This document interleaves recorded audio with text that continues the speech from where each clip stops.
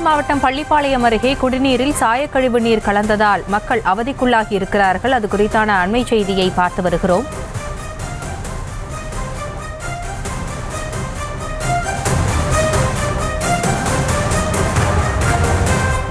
இதுகுறித்த கூடுதல் விவரங்களோடு நேரலையில் இணைந்திருக்கிறார் நமது செய்தியாளர் தங்கமணி. தங்கமணி, வணக்கம். தற்பொழுது நாமக்கல் மாவட்டம் பள்ளிப்பாளையம் அடுத்துள்ள சில பகுதிகளில் குடிநீருடன் கழிவுநீர் கலந்து வருவதால் மக்கள் அவதிக்குள்ளாகி இருக்கிறார்கள். அந்த பகுதி மக்கள் சொல்லக்கூடிய கோரிக்கை என்ன? இது எதனால குடிநீரோட கழிவுநீர் கலந்து வருதுன்னு கண்டுபிடிக்கப்பட்டதா? விவரங்கள் என்ன?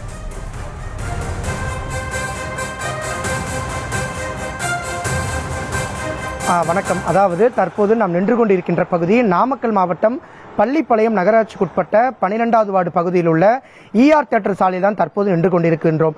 இந்த பகுதியினை பொறுத்தவரை இந்த பகுதி முழுவதுமே விசைத்தறி தொழிற்கூடங்கள் மற்றும் குடியிருப்புகள் நிறைந்த பகுதியாக இருந்து வருகிறது. இந்த பகுதியினை பொறுத்தவரை நாம் நின்று கொண்டிருக்கின்ற சாலையில் மட்டும் சுமார் 100க்கும் மேற்பட்ட வீடுகள் இருக்கின்றது. அதற்கு அருகில் சுமார் 150க்கும் மேற்பட்ட குடியிருப்புகள் இருக்கு. மொத்தம் 250 குடியிருப்புகள் இந்த பகுதியாக இந்த ER தியேட்டர் சாலை தற்போது விளங்கி வருகிறது. இந்த சாலையினை பொறுத்தவரை இங்கிருக்கின்ற குடியிருப்புகளில் கடந்த 3 தினங்களாக தங்கள் இல்லத்தில் இருக்கின்ற அந்த போர்வெல், அதாவது குடிநீர் போர்வெலில் தொடர்ந்து சிகப்பு மற்றும் நீலம், கருப்பு போன்ற பல்வேறு நிறங்களில் சாய கழிவுநீர்கள் நேரடியாக கலந்து வருவதாக பொதுமக்கள் குற்றம் சாட்டினர். இதனைத் தொடர்ந்து இந்த பகுதியினுடைய மக்கள் பிரதிநிதியாக இருக்கின்ற இந்த வார்டு உறுப்பினர் தொடர்ந்து பள்ளிப்பாளையம் நகராட்சி ஆணையாளர் தயாளிடம் ஒரு புகார் அளித்தார். அப்பொழுது திடீரென அங்கிருந்து புறப்பட்ட அந்த நகராட்சி ஆணையாளர் இங்கிருக்கின்ற பகுதி, அதாவது ஒரு கிணறு மற்றும் ஒரு 10க்கும் மேற்பட்ட வீடுகளில் பார்வையிட்ட பொழுது தொடர்ந்து சுமார் 100க்கும் மேற்பட்ட வீடுகளில் சாய கழிவுநீர் நேரடியாக போர்வெலில் கலந்ததாக அம்பலமாகியது. இதனைத் தொடர்ந்து நகராட்சி ஆணையாளர் உத்தரவின் பேரில் மாசு கட்டுப்பாட்டு வாரிய அதிகாரிகள் தொடர்ந்து 2 நாட்களாக சோதனை செய்தனர்.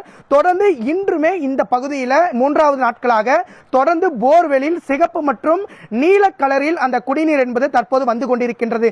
இந்த பகுதியினுடைய பொதுமக்கள் வைக்கின்ற கோரிக்கை, தொடர்ந்து இந்த தண்ணீரை நாங்கள் எப்படி பருகின்றது? தொடர்ந்து இந்த தண்ணீரை எடுத்து நாங்கள் குளித்தால் கூட தோல் வியாதி வருகின்றது. அதே சமயத்தில் படர் தாமரை, நம் பேட்டியில கூட பார்த்திருக்கலாம், ஒரு பொதுமக்கள் சொல்லியிருந்தபடி இந்த குடிநீரை நாங்கள் குடிச்சிருந்தோம் 2 நாளைக்கு முன்னாடி. தொடர்ந்து தங்களுக்கு வயிற்றெரிச்சல், நெஞ்சு வலி போன்ற பல்வேறு வியாதிகள் தற்போது வந்து கொண்டிருக்கின்றது. தொடர்ந்து இது குறித்து உடனடியாக மாசு கட்டுப்பாட்டு வாரிய அதிகாரிகள் இந்த பகுதியில் முகாமிட்டு உடனடியாக இந்த தண்ணீர் எங்கிருந்து வருகிறது, அதாவது இந்த பகுதியிலிருந்து 2 கிலோமீட்டர் எடுத்துக்கொண்டால் அதிக அளவில், அதாவது வசந்தா நகர் என்கின்ற பகுதிகளில் சுமார் 50க்கும் மேற்பட்ட அந்த சாய தொழிற்சாலைகள் இயங்கி வருகிறது. அந்த சாய தொழிற்சாலைகளில் நேரடியாக நிலத்திற்கடியில் போர்வெல் அமைத்து நேரடியாக அங்கிருந்து அந்த சாய கழிவுநீர் இந்த பகுதியில் வெளியேற்றப்படுகிறதா, அல்லது வேறு ஏதேனும் சாய கழிவுநீர்கள் நேரடியாக சாக்கடை கால்வாய்களில் கலந்து அந்த குடிநீர் போர்வெலில் கலக்கிறதா என உடனடியாக மாசு கட்டுப்பாட்டு வாரிய அதிகாரிகள் நேரடியாக ஆய்வு மேற்கொள்ள வேண்டும் என கோரிக்கை விடுத்துள்ளனர்.